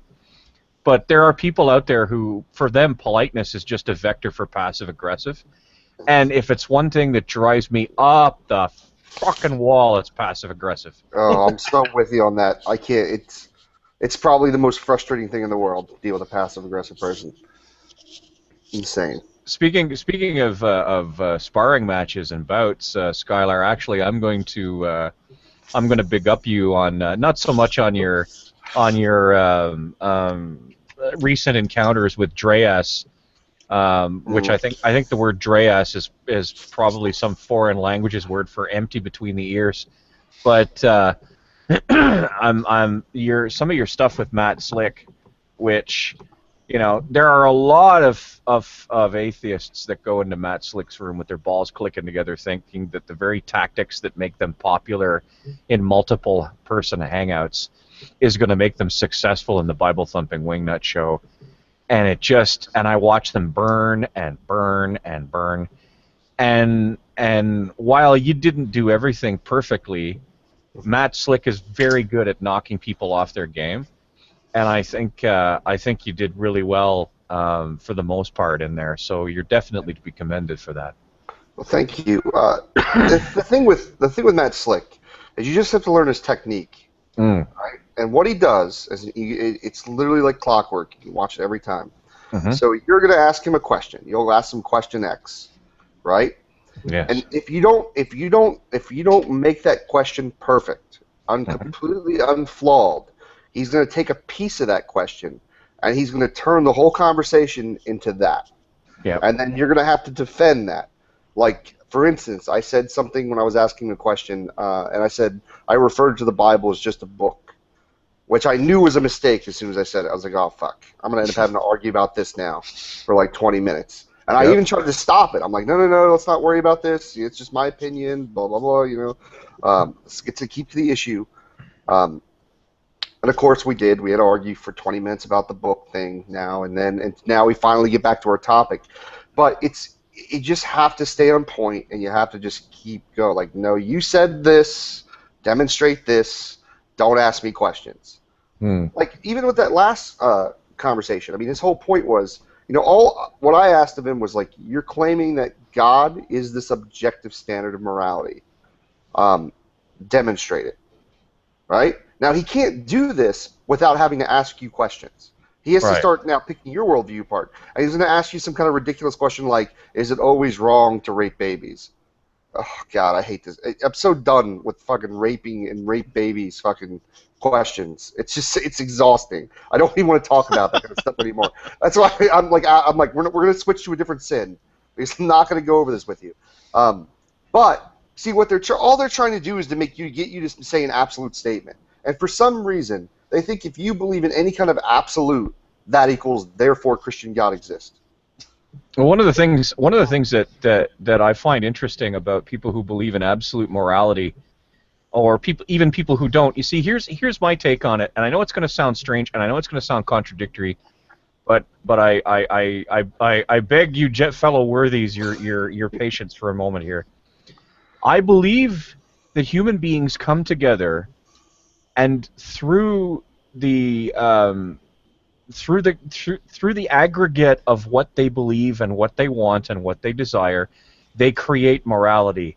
And for that generation, and for a number of generations before and a number of generations after, that what they have decided and what they keep deciding becomes absolute for them at the time. But morality, by its very nature, because it is pinned to societies and because it's pinned to cultures and because it's a product not just of what we as human beings, as biological creatures like and want, but the demands of culture and the demands of current moray, absolute morality migrates slowly over time like a glacier moves.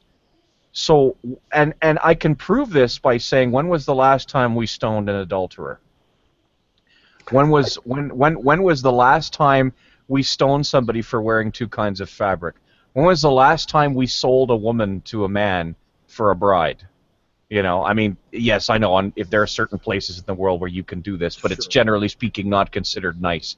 You know, I couldn't walk up to you, like, for instance, Skylar, if you had a sister and you were the head of your household, I couldn't walk up to you, put 2 stacks of high society on the table and say, hey, your sister, I think she'd make a fantastic wife. What do you think?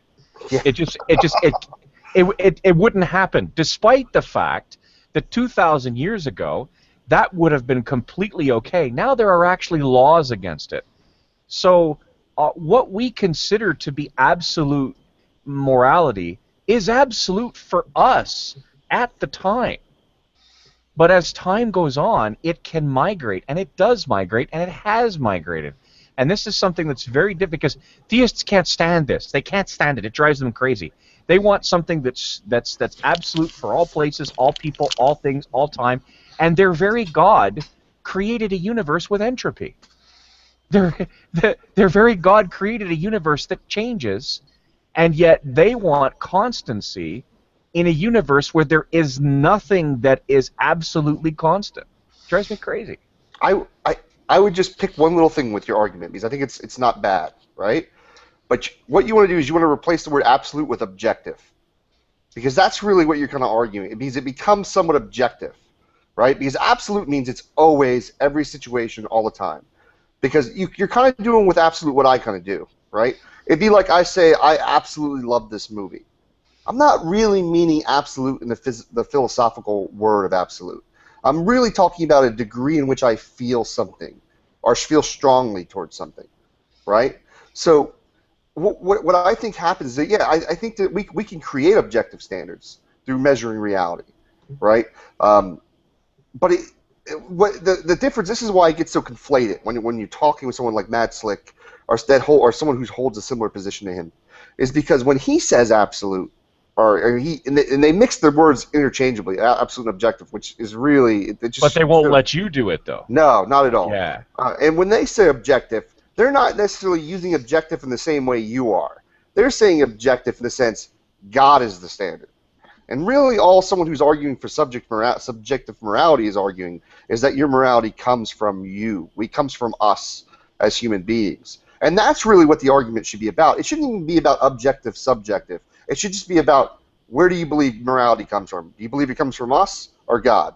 And that should be it. Yeah. But Matt Slick wants you to believe that if it comes from us, it can change and pivot on a dime. And that simply isn't the case. Human morality is not that fluid. It has never been that fluid. Never. Even if you look, and he loves to talk about Nazi Germany, even if you look at the rise of even when the Nazis were elected to absolute power, even they didn't manage to turn the prevailing notions of morality in Germany on a dime. It didn't work that way. It took them a couple of decades. It took them 10 years after the enacting of the Nuremberg laws in order to get a situation where, you know, those poor Jewish people were now those guys were proper fucked, if you pardon my saying so. So I mean, it's one of those things where, you know, theists want to believe that, you know, the minute it becomes subjective, then, you know, it's subject to the momentary vicissitudes of humanity. And the fact is that human morality is just not that vicissitudinous. You go around the world, okay, and you line up 1,000 people, and 990 of them will tell you that it's not a good idea to kill somebody just because you feel like it. And frankly, it doesn't matter why they do. Although, as an evolutionist, I can put some theories forward. It just matters that they do, and that 10,000 years ago, they pretty much thought the same thing. And if there are human beings 10,000 years from now, I'm pretty sure they're going to think the same thing.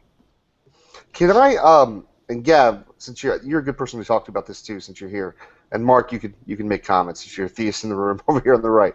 I want to show, like, this is what their argument is, because this is true empiricism was basically saying this is what Matt Slick's argument is and repeating it.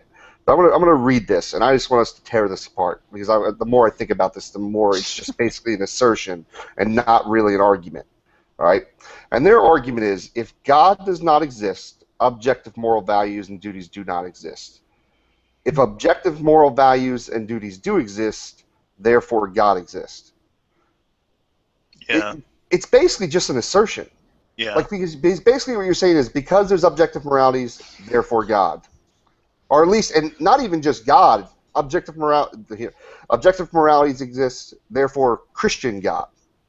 Right. Like, we even jump an extra step ahead, and that's why they ask you that question, because they're just trying to get you to admit to one absolute moral issue. So they'll try to ask you the most repugnant thing you could possibly do, and that's why they'll use like the rape babies thing, because obviously, unless you're just really really sick, you're not going to answer yes to that question. Basically, but I mean, it's sad because there are people who wouldn't think that is. Yeah, my response in that case is, okay, connect those dots for me. Show me how that argument breaks down, because let's give you that there is some objective moral standard that we could say this is true universally for all time and for all people. And I think that's hard to come by when you look back at the Christian Bible. And I think, Skylar, you're good at pointing that out. But for the sake of argument, I'm willing to concede that. Now, please take me through the steps of this argument.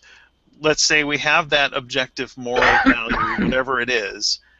How do we get from there to a God, and how do we get from a generic God to the Christian God? And I have not heard anything that comes anywhere close to, connecting those dots for me. Like you said, it's assertions. And that's what happened when I did that other Matt Slick debate. Remember when we started going into deism and multiple gods and stuff? Because that was his assertion. He just wanted to be like, well, this is, he's trying to do a syllogism. And he's like, well, the proper syllogism is, God, no God, or God, or basically, I'm sorry, Christian God or no God. And it's like, no, we don't jump to that step. Because I can say it, because I'm a deist. I do believe in some form of source or God or something like that. By faith, but it doesn't get you to instantly, because that God could have created morality. It doesn't mean that your Christian God that you've gotten from reading the Bible and you've come up to some interpretation of what you believe, or you were taught something, and that's now what you believe God is. It doesn't get you there. It really is just an assertion. Well, his argument is rife with assertions. I mean, God can't lie. Who says?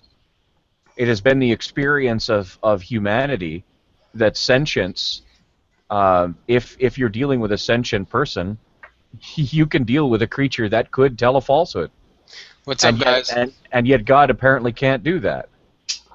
Welcome, prank reviewer. Unfortunately, I think I'm about to kind of wrap things up here. What were you guys talking about anyway? Well, there was a meme that kind of was floating around this morning on Google Plus, suggesting that sin should be legalized. That was the general kind of thrust of the whole hangout. We've kind of shifted the conversation to morality and whether or not objective morality. Sorry. Whether or not objective morality, if it did exist, would necessitate that a God exists, or that the Christian God is Aegon? A god, a deity. Aegon? Are you saying Ladies- AGON? Ladies and gentlemen, may I introduce you to Prankster? I've I'm not a had prankster. some. I review pranks. I've had right. I'm called the prank reviewer. I've had some experience with him, and I've found him to be a royal pain in the ass. So Really? yeah, frankly. I've never been on here before. On here? No, but you've been in my hangout, and I remember you. Really? Yes. Well, I don't remember you. I don't even know who you are. I think. Like any infection, he starts out slowly. Uh-huh. And then eventually, what ends up happening? There we go. I think you did the right thing. I kind of felt it too. I could already see it kind of go in that. Well, and given, I mean, if we were at the beginning of the hangout, I might give him a bit more time. But I'd kind of like to wrap things up. Like I said, there were a couple. By the way, beware of the return, because he's got about 8 sock accounts, and he tested them all out on me when I booted him from my hang a few months back. Great. So is he all the more reason to wrap things up. He styles himself to be an emperor among trolls, and he loves nothing better than just to show up and start shit. That's it. Okay. Beautiful. Now I know. All right. Sorry, Gav. No problem. Yeah, please say your last words. Yeah. Well, I one thing that I kind of wanted to bring the conversation kind of back around a little bit to the initial subject of the hangout. Earlier on, I had gone through this.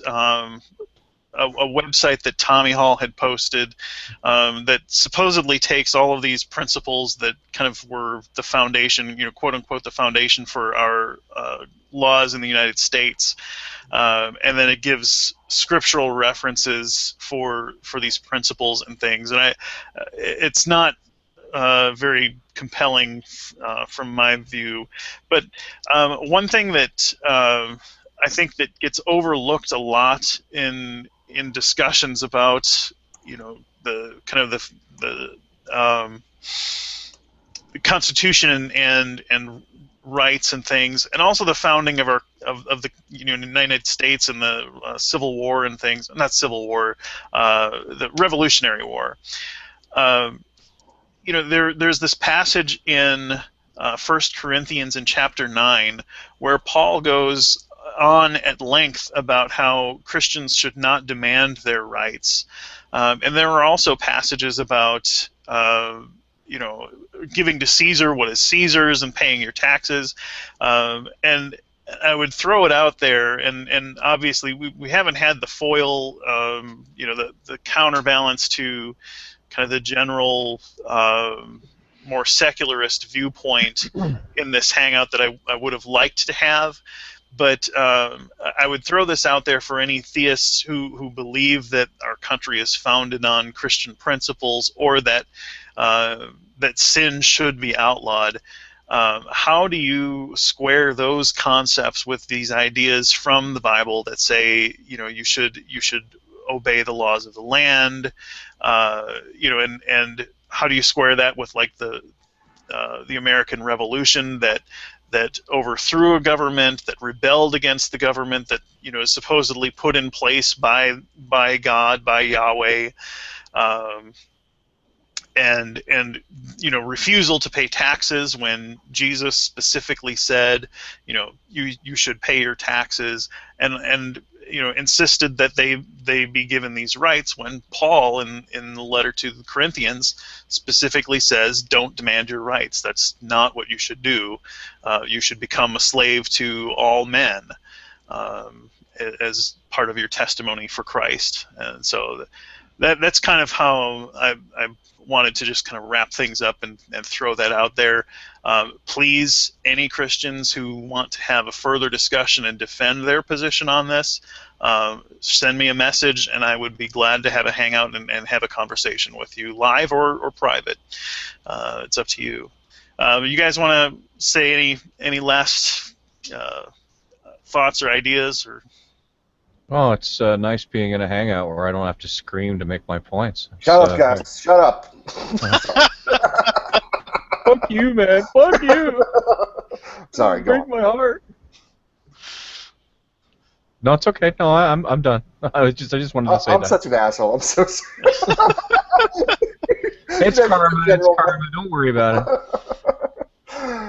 No, it was fun coming on here. Yeah, I don't ever get to hang out with you on your hangouts, and I want to do more of them. So invite me. Tell me when you're Excellent. doing them, and I would love to come on and talk whenever. I love Yeah. that. Is it you? Do you guys interchangeably do the show? You and Mischief Heathens do like a show regularly. Yeah, every other Sunday it's Heretical Weekends. It's on his Yes. channel, so Okay. yeah. All right. Yeah. Beautiful. Yeah, it was a Definitely fun check time. it out. Good Yeah, time. no, absolutely. It was a good time. Thanks. All right, guys. Have a good night, everyone, and thanks to our 8 viewers. Later, guys.